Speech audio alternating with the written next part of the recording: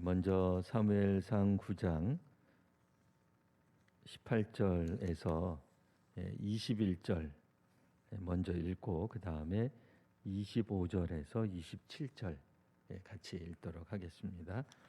18절부터 읽습니다. 사울이 성문한 사무엘에게 나아가 이르되 선견자의 집이 어디인지 청하건대 내게 가르치소서 하니 사무엘이 사울에게 대답하여 이르되 내가 선견자이니라. 너는 내 앞서 산당으로 올라가라. 너희가 오늘 나와 함께 먹을 것이요 아침에는 내가 너를 보내되 내 마음에 있는 것을 다 내게 말하리라. 사흘 전에 일은 내 암나기들을 염려하지 말라. 찾았느니라.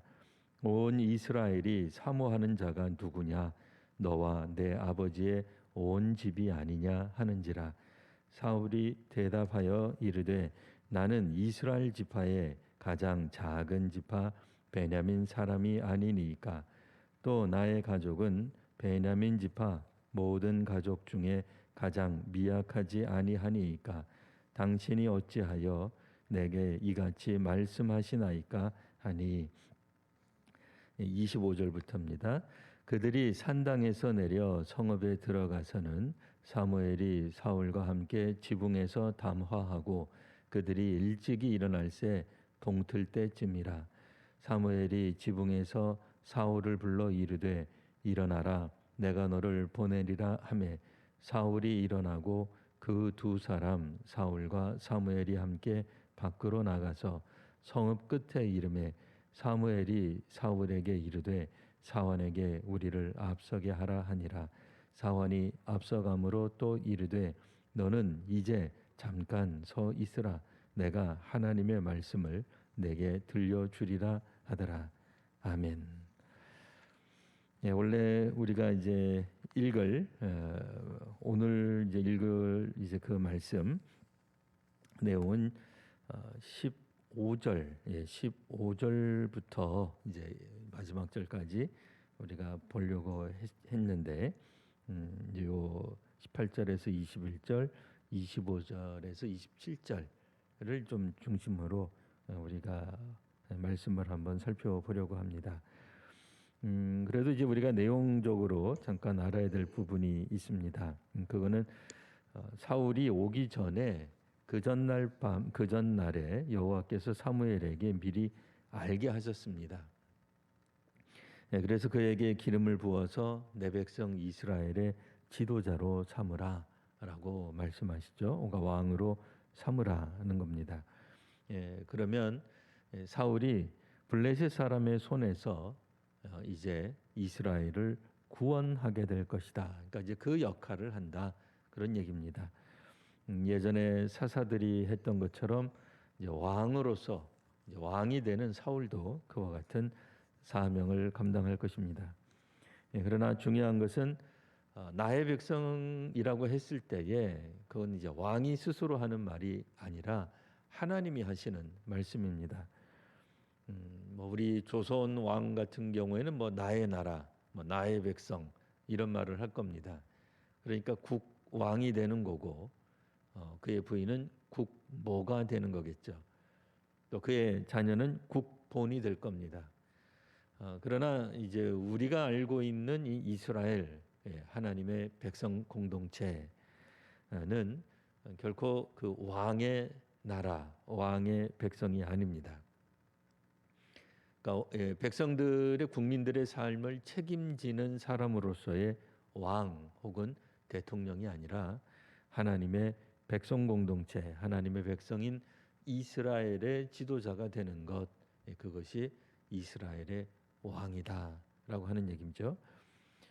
이스라엘 백성들의 부르짖음이 하나님께 상달되어서 하나님이 왕을 세우신다라고 하는 겁니다.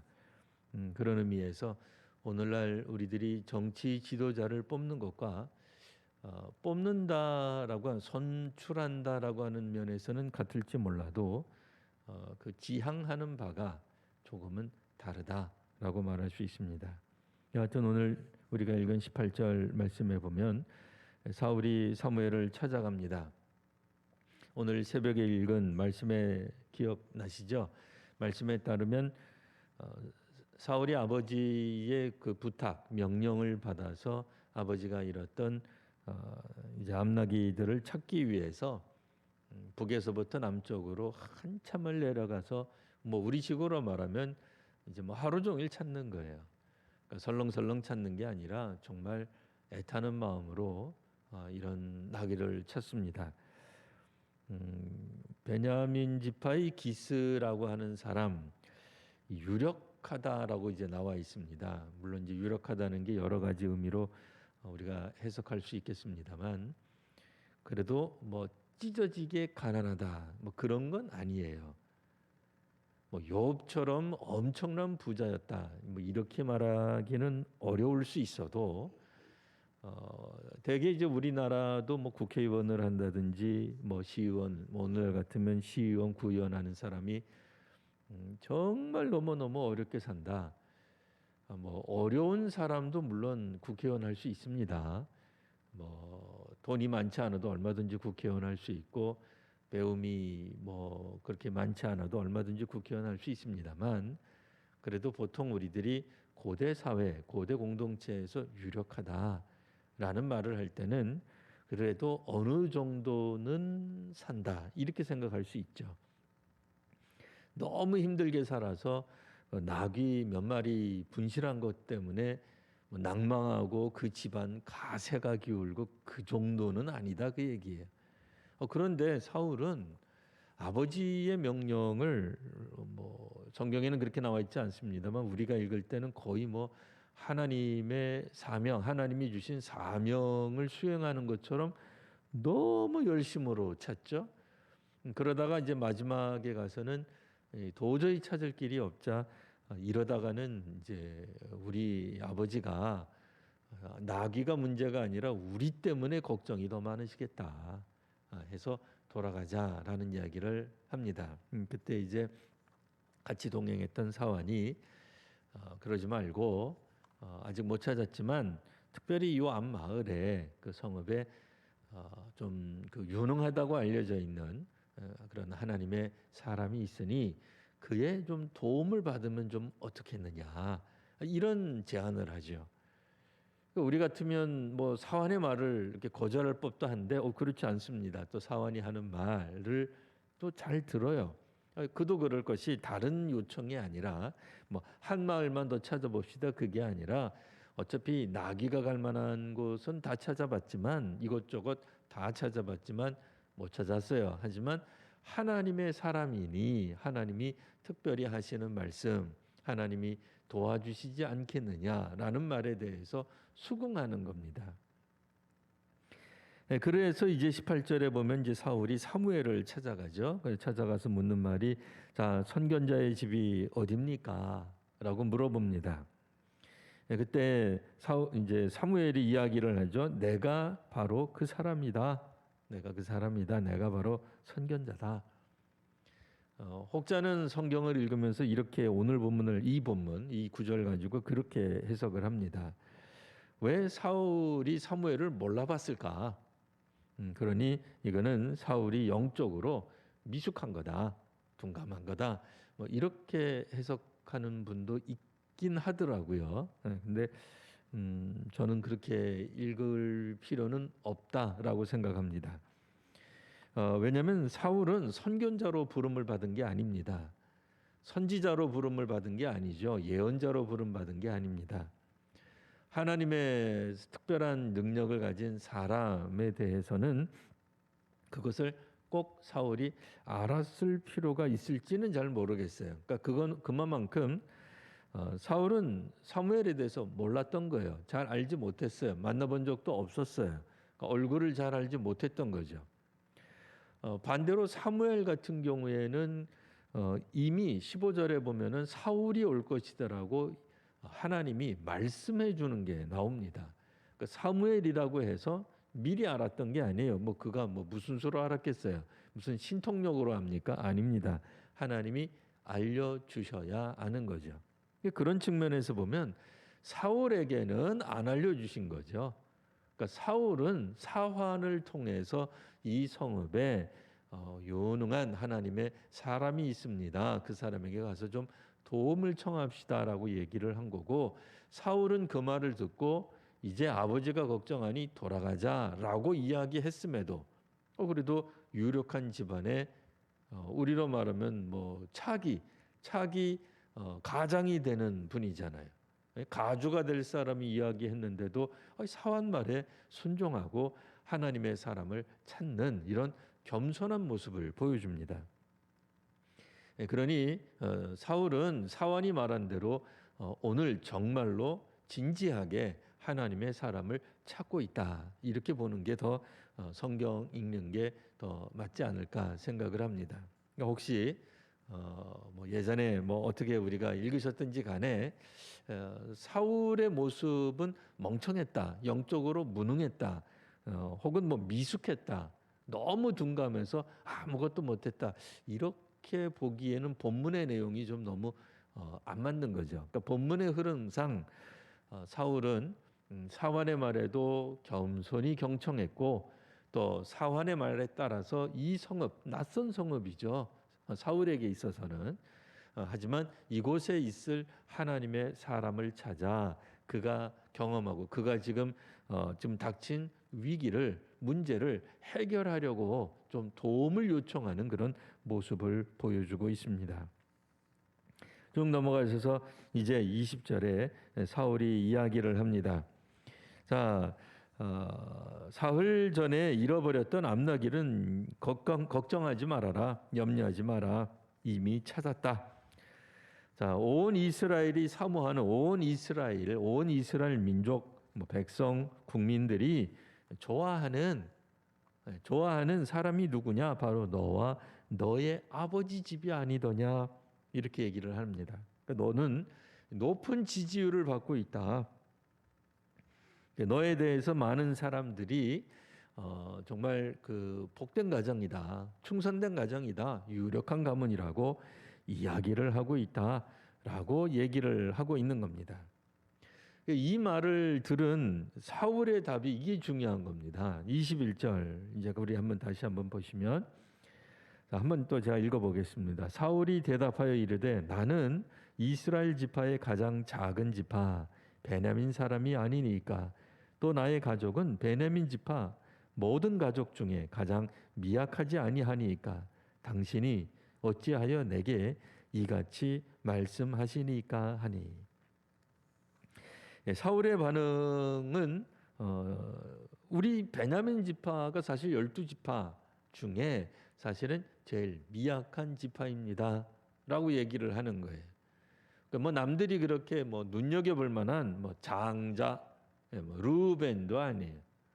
뭐 우리가 뭐 잘 알고 있는 것처럼 뭐 나중에, 뭐 지금은 아닙니다만 나중에 유다 지파에서도 왕이 나옵니다만, 이미 그 가나안 정복 때 여러 활약했던, 그래도 중심적으로 활약했던 지파들이 있습니다.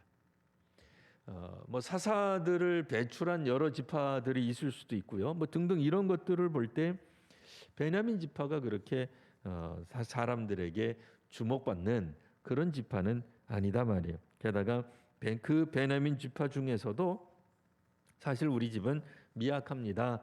뭐 이를테면은 뭐 우리로 말하면은 뭐 장손의 그 아들의 또 장손, 뭐 직계손이냐, 뭐 아니다 그 얘기예요. 뭐 우리식으로 말하자면 뭐 차남 출신, 뭐 혹은 삼남 출신, 뭐 막내 출신으로 쭉쭉 내려가는 그런 뭐 아닌 건 베냐민 지파 맞죠? 베냐민 지파가 아니라는 건 아닌데, 그래도 왜 우리도 어떤 한 가문에서도 보면은 그렇게 뭐 종갓집 이런 게 있단 말이에요. 그거 아니다 그 얘기예요. 자, 이렇게 이야기를 하는 사울의 모습은 한마디로 요약하면 교만하지 않았다라고 하는 겁니다. 겸손할 줄 알았어요. 뭐 실제로 그의 가문이 그래서일 수도 있지만, 그럼에도 그러면 사무엘이 말한 건 거짓말이냐? 너희 집안이 참 유력하다. 많은 사람들이 너희 집안을 흠모하고 있다, 사모하고 있다, 존경한다 그 얘기예요. 너희 아버지도 꽤 훌륭한 사람이고 너도 참 훌륭하다고 이스라엘 사람들이 보고 있다 그런 얘기죠. 일종의 잠룡이 되는 거예요. 뭐 차기 지도자급이라고 사람들이 눈여겨보고 있는 사람 중에 하나다라고 말할 수 있는 거예요. 뭐 이를테면 뭐 우리 3월달에 있었던 것처럼 뭐 본인이 본인을 천거하지 않아도 다른 사람들이 생각할 때는 대선 후보 중 한 명으로 마땅하다라고 여긴다고 얘기를 해주고 있는 거예요. 대단한 거죠. 오늘날에는 이 부모 찬스에 대해서 굉장히 거부감을 느낍니다. 그래서 부모 때에 이르러서 받았던 어떤 그런 정치적, 경제적 영향력을 그 뭐 자손 자녀 때까지도 누린다 그러면 굉장히 싫어하지만 오늘 본문은 분명히 그런 얘기를 해요. 너와 너의 아버지 집이 사모하고 있다 사람들이. 그러니까 뭐겠어요? 아버지 때부터 백성들이 너희 집안을 주목했다, 칭찬했다 그런 얘기예요. 근데 이거는 부모 찬스라기보다는 대를 이어서 집안 자체가 참 훌륭한 집안이다라고 주민들이, 시민들이, 국민들이 인정하고 있다 그 얘기예요. 그러니까 뭐 어려운 사람들을 막 구제해주고 그래서 이름을 날려 그런 것 같진 않아요. 그런 것 같지 않고 뭐 정치적으로 이렇게 뭐 어떤 이유 때문에 왜 이렇게 사울과 그의 아버지, 그러니까 아버지 때부터 주목받았는지는 모르지만 적어도 우리가 생각할 수 있는 건 뭐예요? 미루어 짐작할 수 있는 건 뭐예요? 사울이 보여주는 모습을 통해서 우리 뭐 동양적 완전히 한국적으로만 생각해 보면 사울은 굉장히 효심이 깊은 거죠. 네. 그러면서도 하나님께 구하는 하나님의 사람을 통해서 하나님의 도우심을 받자라고 하는 사환의 말에도 귀를 기울일 줄 아는 그런 모습을 가지고 있는 그러니까 이스라엘 상황 가운데서는 당연히 하나님을 잘 섬기고 부모를 잘 섬겼다. 그러니까 집안의 뼈대가 튼튼했다. 가문이 제대로 섰다. 신앙 양육이 잘 됐다. 뭐 등등 여러 가지로 생각할 수 있는 거죠. 자기의 일종의 뭐 부하라 그럴까요? 부하라고 해가지고 뭐 함부로 한 게 아니죠. 사환쯤이면은 얼마든지 뭐 함부로 할 수도 있잖아요. 뭐 그러면 안 되지만, 그러면 안 되겠습니다만, 그래도 사환의 말도 경청할 줄 알고, 우리로 말하면 인격적으로 대우했다라고 생각할 수도 있습니다. 그러니 이런 요소들이 왕의 어떤 후보자로서 국민들 마음 가운데 꼭 뭐 사울 한 사람으로 완전히 집중됐다. 오늘 본문에서는 그렇게 돼 있지는 않습니다. 그런데 적어도 사울이 왕이 돼도 이상하지 않은 그런 상황이다라고 볼 수 있는 거죠. 물론 초대 왕이 된다라고 하는 것은 쉬운 일이 아닐 겁니다. 또 정치적 적들이 생기기 마련이죠. 뭐 누구라고 안 그러겠습니까? 사사 시대 때도 그랬잖아요. 사사 시대 때도 사사들에 대해서 사람들이 항상 고운 시선으로만 본 게 아닙니다. 물론 사사기 내용에 보면 사사들을 통해 가지고 이스라엘의 민족의 위기들을 그때마다 잘 해결해 나갔지만 사사가 죽고 난 다음에 이스라엘은 여지없이 이 민족, 이방 민족의 공격을 받고 심지어는 뭐 몇 년 동안 뭐 침략을 당해 가지고 아예 뭐 주권을 상실하기도 하고 뭐 그런 적도 있단 말이에요. 이제 그런 측면에서 보면 그나마 그가 살아있는 동안에 뭐 사사들이 활동하는 동안에만 하나님 역사하셨지 그렇지 않단 말이에요. 그러니 사람들 마음 가운데 사사기의 결론이 뭐예요? 사사기의 결론은 사람들이 자기가 보기에 소견에 옳은 대로 자기 나름대로 정의가 다 있는 거예요. 자기가 생각하는 정의 이게 옳다 이거예요. 각자 옳은 게 너무나 다르니까 어떻게 했다고요? 각기 행하는 거예요. 알아서 살아가는 거예요. 알아서 옳다고 주장하는 거예요. 그러니까 이건 뭐예요? 하나가 되기 어려웠다라고 말할 수 있는 거죠. 그럼에도 이제 오늘 본문에 보시면 뭐온 이스라엘이 약간 사무엘이 말한 것이 과장법일 수는 있겠으나 그래도 상당수 국민들의 일부라도 지지를 받았던 것이 사울의 집안이었다라고 하는 것이고 어떻게 이런 지지를 받았는가 생각해 보면 사울이 보여주는 태도를 통해서 우리가 짐작하게 되는 겁니다.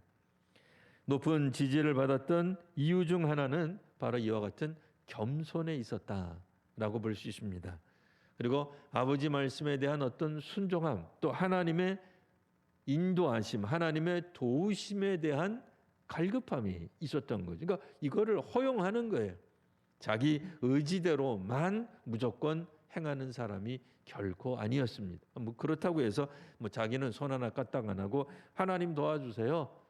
하나님이 찾아주세요. 이랬던 사람도 아니에요.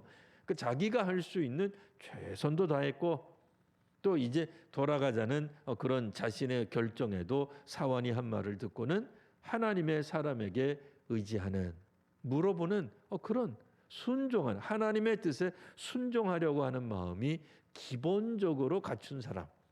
그래서 사환이 말해도 순종하던 사람. 그리고 이제 사무엘의 이런 어떻게 보면은 갑자기 이제 칭찬해 준 거죠. 그럼 사람들이 칭찬을 받으면 되게 어떻게 돼요? 으쓱해지죠. 마음이 올라가죠. 고양되죠. 그럼에도 겸손을 유지했던 사람이라고 말할 수 있습니다. 그리고 이제 마지막 부분 22절에서 이 마지막 이 부분 이제 보시면 이제 그들이 산당에서 가서 결국 사무엘과 사울이 지붕에서 담화했다 하는 장면이 25절에 나옵니다. 그리고 이제 밤새도록 대화를 한 것 같아요. 26절에 보면 그들이 일찍이 일어날 새 이게 이제 지붕에서 대화하고 한참 시간 지난 다음에 동틀 때에 사무엘이 지붕에서 사울을 불러 이렇게 돼 있어요. 그러니까 밤새도록 이야기했다라고 생각할 수 있습니다. 아마도 사무엘은 갑자기 그 전날 주께서 하시는 말씀 때문에 그에게 기름을 부어 주의 종으로 이제 이스라엘 왕으로 세우라라고 했을 때 사실 그의 입장에서는 뜬금없죠.